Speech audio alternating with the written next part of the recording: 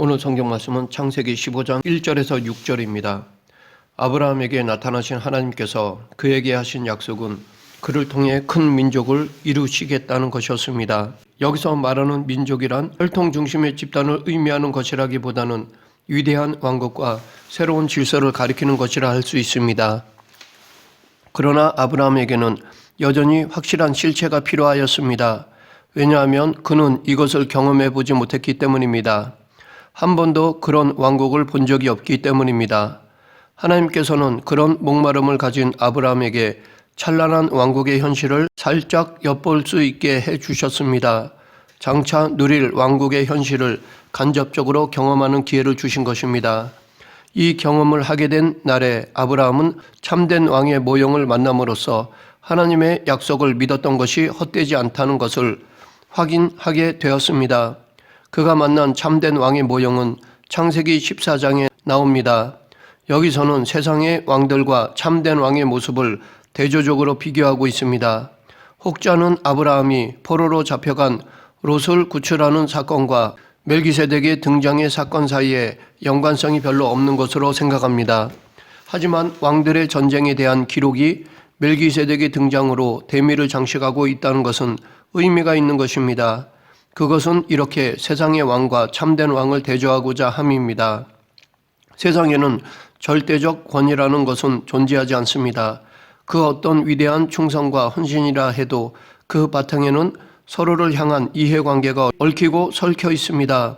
이해관계란 인류가 타인과 관계를 맺는 데 있어서 시행착오를 끊임없이 반복하고 겪어가며 습득한 생존 방식이라 할 수 있습니다.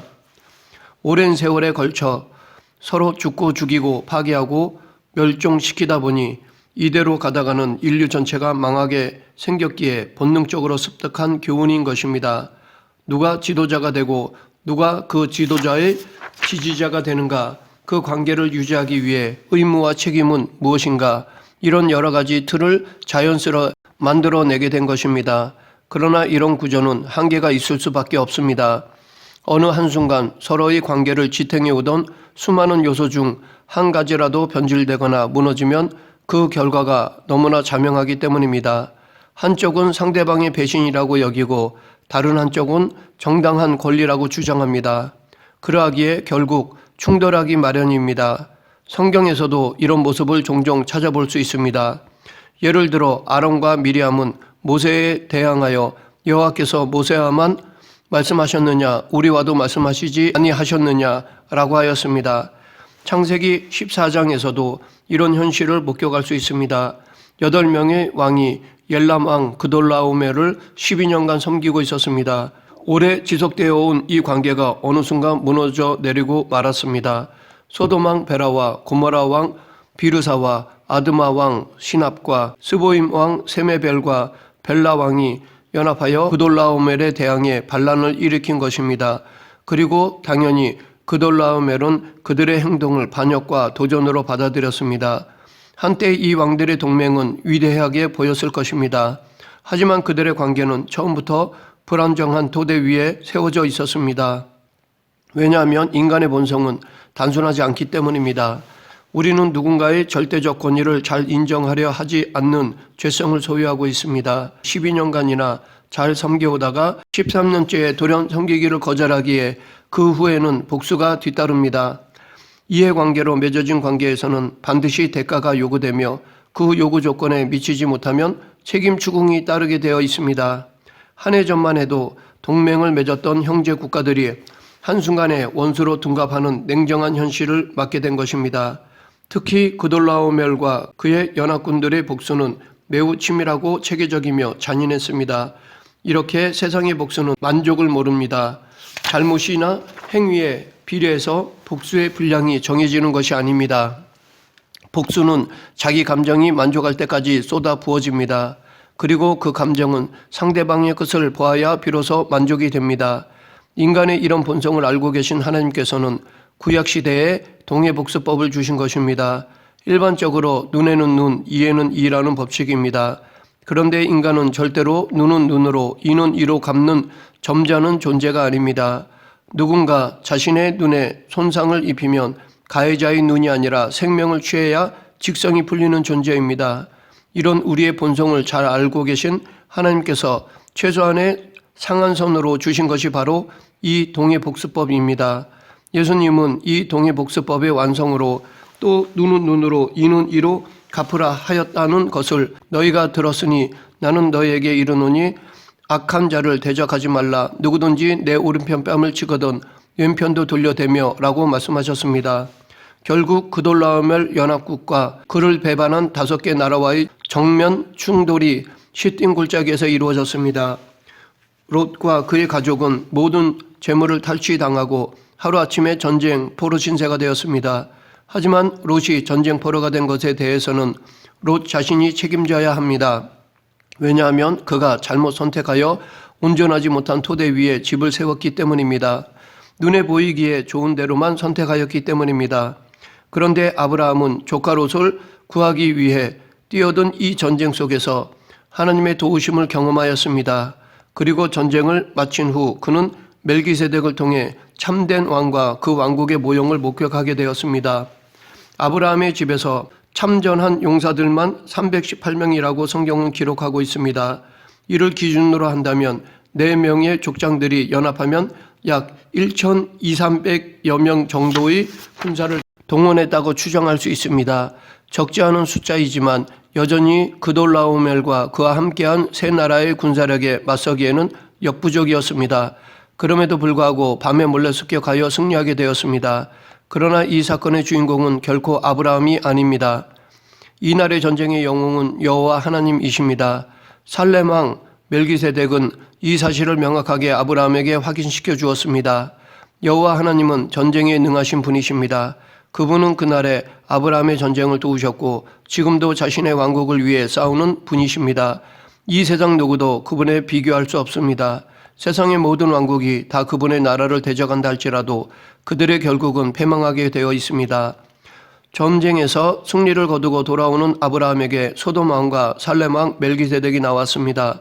소돔 왕은 전쟁에 참여하여 승리하고 돌아온 아브라함의 수고에 대한 보응과 감사의 표시로 전쟁에서 얻은 모든 물품을 가져갈 것을 제안하였습니다. 그러나 아브라함은 사양하였습니다. 반면에 아브라함은 멜기세덱을 만남으로 하나님에 대한 더 정확한 신학적 정립이 되었습니다. 아브라함은 멜기세덱을 통해 자신이 믿은 하나님이 천지의 주제이시요 지극히 높으신 하나님 여호와라는 것을 알게 되었습니다.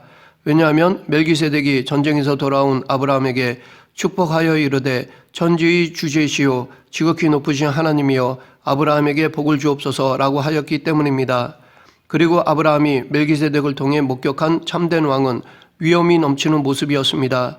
창세기 14장 18절 살렘 왕 멜기세덱이 떡과 포도주를 가지고 나왔으니 그는 지극히 높으신 하나님의 제사장이었더라. 멜기세덱은 평강이라는 도성의 왕이라는 뜻입니다. 이 세상 왕들이 전쟁과 복수의 구덩이 속에서 충돌하는 모습과는 대조적으로 멜기세덱은 평강의 왕의 모습으로 아브라함에게 왔습니다. 또한 살렘에는 완전함의 의미가 담겨 있습니다. 그러하기에 세상의 왕들은 불완전한 반면에 멜기세덱은 완전한 나라의 왕입니다. 또한 멜기세덱은 멜렉과 차다크의 합성어로 정의의 왕이라는 의미도 가지고 있습니다. 이런 의미를 가지고 있는 멜기세덱은 소돔 왕과는 달리 아브라함에게 마음에 빚을 진 것이 없습니다. 그러나 그는 전쟁에서 지쳐 돌아오는 아브라함을 맞이하고자 떡과 포도주를 준비하여 나왔습니다. 이것은 섬김을 의미합니다. 여호와 하나님은 그런 분이십니다. 열왕기상 19장에 보면 곤비하여 사역을 포기하고 죽기를 자청하는 엘리야에 대한 이야기가 나옵니다. 그런데 하나님께서는 그런 그를 위해 천사를 보내어 음식을 준비해 주셨습니다. 부활하신 예수님 또한 제자들을 찾아오셔서 친히 숯불을 준비하시고 생선 요리로 아침 식탁을 준비해 주셨습니다. 이렇듯 왕 중의 왕의 모형인 멜기세덱은 섬김의 왕이었습니다. 아브라함이 하나님의 음성을 처음 듣고 떠났을 때만 해도 사실 그림이 잘 그려지지 않았을 것입니다. 자신을 통해 어떤 민족이 설립될지 몰랐을 것입니다. 당시 아브라함이 소유하고 있던 세계관으로는 그런 왕국과 질서를 상상한다는 것은 불가능했을 것입니다. 그러나 이제 모형을 만남으로써 확인이 된 것입니다. 왜냐하면 막연하게만 보였던 하나님의 비전에 대한 모델하우스가 나타났기 때문입니다. 성경은 이때 아브라함이 멜기세덱에게 11조를 바치는 장면을 소개하고 있습니다. 이는 두 가지에 대한 반응이라 할 수 있습니다. 하나는 전쟁에서 이기게 하신 하나님께 바치는 예물로서, 또 하나는 멜기세덱에게 받은 축복에 대한 반응이라고 할 수 있습니다. 그러하기에 아브라함이 11조를 바친 것은 승리와 축복에 대한 반응이었지 원인은 아니라는 것입니다. 즉 11조를 바쳤기에 전쟁에서 승리하고 왕의 축복을 받은 것이 아니라는 것입니다. 오히려 그는 11조와 무관하게 하나님의 전적인 도우심으로 전쟁에서 승리하였습니다. 그리고 멜기세덱의 축복의 수혜자가 된 것입니다. 그러므로 아브라함이 드린 예물은 받은 은혜에 대한 감사의 표현인 것입니다.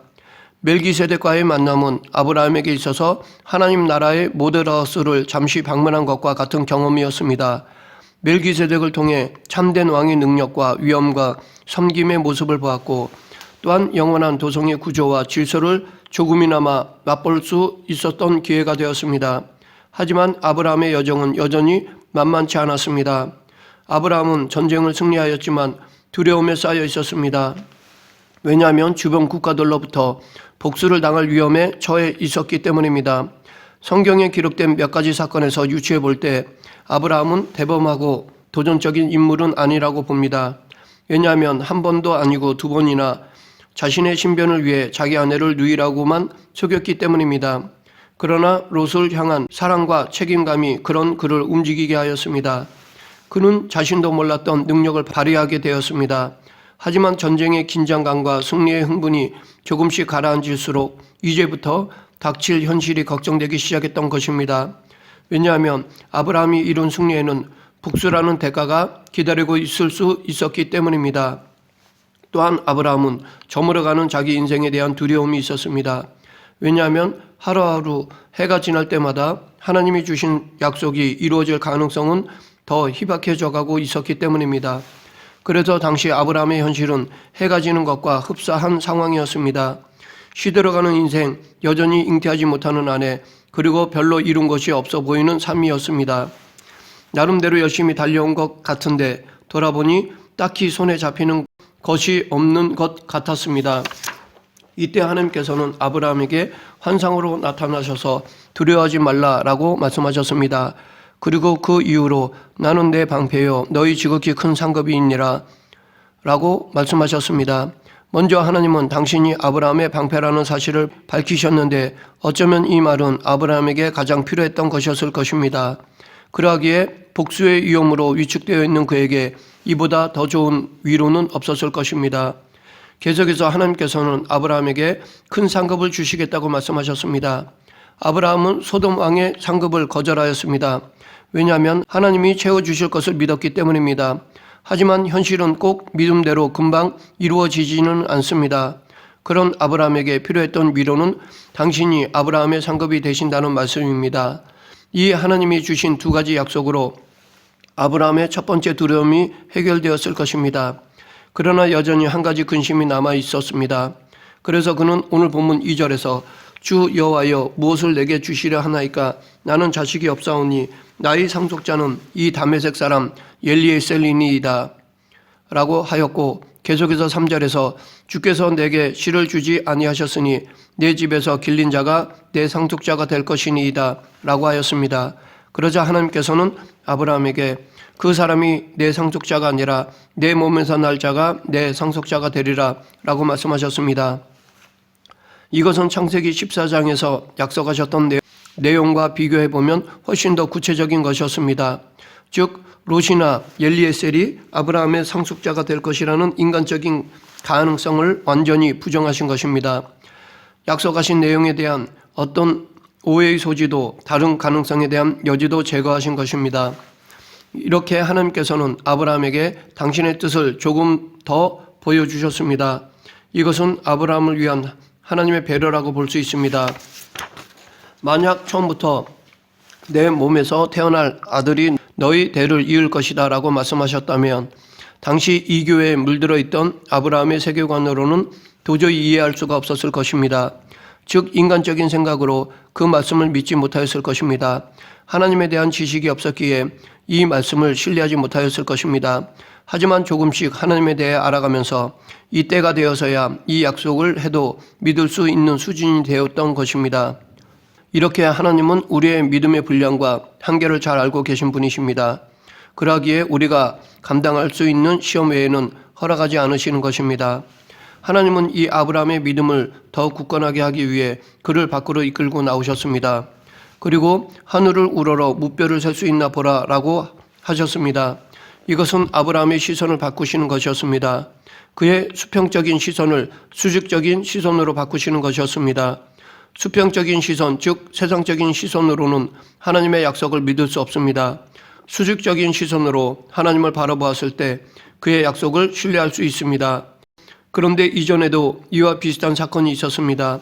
창세기 13장에서 롯이 아브라함을 떠난 후에 여호와께서 아브라함에게 이르시되 너는 눈을 들어 너 있는 곳에서 북쪽과 남쪽 그리고 동쪽과 서쪽을 바라보라. 보이는 땅을 내가 너와 내 자손에게 주리니 영원히 이르리라. 내가 내 자손이 땅의 티끌 같게 하리니 사람이 땅의 티끌을 능히 살 수 있을진데 내 자손도 세리라 라고 하셨습니다. 이때는 땅의 티끌을 바라보게 하셨지만 이번에는 땅에서 눈을 들어 하늘을 바라보게 하셨습니다. 이것은 아브라함이 이 땅의 이스라엘 백성의 조상이 될 뿐 아니라 천국 백성의 조상인 믿음의 조상이 될 것이라는 약속을 확인해 주신 것입니다. 아브라함은 이 약속을 믿었습니다. 아브라함은 이 약속을 하신 여호와 하나님을 신뢰하였습니다. 그러자 하나님은 그의 믿음을 그의 의로 여기셨습니다. 그것이 오늘 본문 6절입니다. 아브라함이 여호와를 믿으니 여호와께서 이를 그의 의로 여기시고, 여기서 우리는 하나님이 우리에게 원하시는 것이 바로 당신에 대한 믿음이라는 것을 알 수 있습니다. 그래서 히브리서 기자는 믿음 없이는 하나님을 기쁘시게 하지 못하나니 라고까지 하였습니다. 그런데 이 6절의 말씀은 사도 바울이 말한 인간은 오직 믿음으로 말미암아 의롭게 된다라는 것을 의미한다고 할 수 있습니다. 실제로 인간이 의롭게 되는 것은 자신의 공로로 되는 것이 아닙니다. 인간은 그 누구도 스스로의 노력으로 의롭게 될 수가 없습니다. 왜냐하면 인간은 전적으로 부패하여 스스로는 결코 어떠한 선도 행할 수 없기 때문입니다. 인간이 의롭게 되는 것은 하나님과 그리스도에 대한 믿음으로서만이 가능한 것입니다. 그러므로 우리의 구원은 전적으로 하나님의 은혜의 선물입니다. 그런데 많은 사람들이 아브라함의 믿음을 자신과 비교하여 자기의 나약한 믿음에 낙심하는 경우가 있습니다. 하지만 믿음으로 의롭다 함을 얻는 아브라함의 믿음도 완전하지는 못하였습니다. 하나님께서 아브라함에게 주신 약속을 엄밀히 따져보면 아브라함의 씨로 말미암아 아들이 허락된다는 것이지 그 아들이 사라의 태를 통해 탄생할 것이란 내용은 없습니다.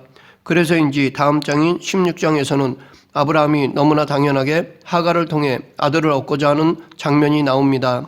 이렇듯 아브라함의 믿음은 완전하지 못했습니다. 그럼에도 불구하고 하나님은 점진적 계시로 그의 믿음을 성장시키고 결국 믿음의 조상으로까지 세우셨습니다. 그의 이런 모습을 통해 우리도 힘을 얻어 더욱 믿음의 삶을 걸어가야 할 것입니다. 말씀을 맺겠습니다. 아브라함은 전쟁에서 승리를 하는 은혜를 누렸습니다. 그리고 하나님의 나라와 그 왕국의 위엄을 체험하였습니다. 그럼에도 불구하고 그는 두려움에 쌓였습니다. 앞날에 대한 두려움이 있었습니다. 그럼 그에게 하나님께서는 방패되어 주시고 상급되어 주심을 약속하셨고 자손에 대한 확신도 주셨습니다. 그리고 그 약속을 신뢰한 아브라함을 의롭다 인정해 주셨습니다. 이 하나님이 지금 우리의 하나님 되십니다. 그러하기에 우리도 불완전한 삶 속에서 하나님에 대한 믿음과 확신을 가져야 할 것입니다. 그리고 그 믿음과 신뢰로 하나님께 의롭다 인정받는 그리스도인이 되어야 할 것입니다. 우리 모두 믿음으로 의롭다 인정받는 성도가 되길 간절히 축원합니다. 기도하겠습니다. 사랑과 은혜가 풍성하신 하나님 아버지, 연약한 저희들을 긍휼히 여겨주시고 붙잡아 주셔서 하나님에 대한 믿음이 자라가게 하시고 믿음을 보임으로 의롭다 인정받는 저희 모두가 되게 하여 주시옵소서. 예수님 이름으로 기도드립니다. 아멘.